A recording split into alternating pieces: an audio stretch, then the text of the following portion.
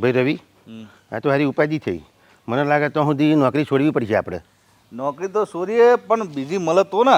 એટલે પણ મળે તો એની વાત તો હું જો આમાં છે એવું કે પેલો પૈસા હાલવાનો છે નહીં અને શેઠ પૈસા વગર માનવાનો નહીં, તો કરવું શું એમ તો નહીં પડતી. હવે બધું જવા દે, આપણે ભોગવી લઈશું. પછી એમના ભોગવવાના 2,000 રૂપિયા દર પગારમાં કપાઈ લઈશું.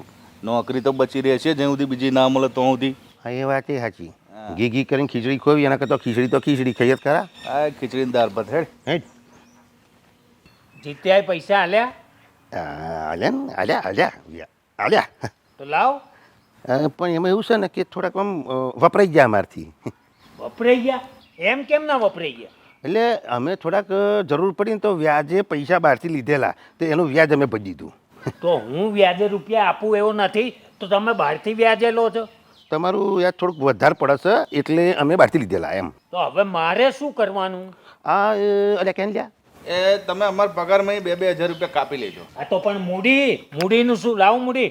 મૂડી તો હાલશે, એને ના નહીં પાડી, મૂડી તો હાલશે. પણ જો કદાચ આઘું પાછું થાય તો આવી રીતે જે વ્યાજ કાપો છે એવી રીતે મૂડી કાપી લીધો અમારા આમથી.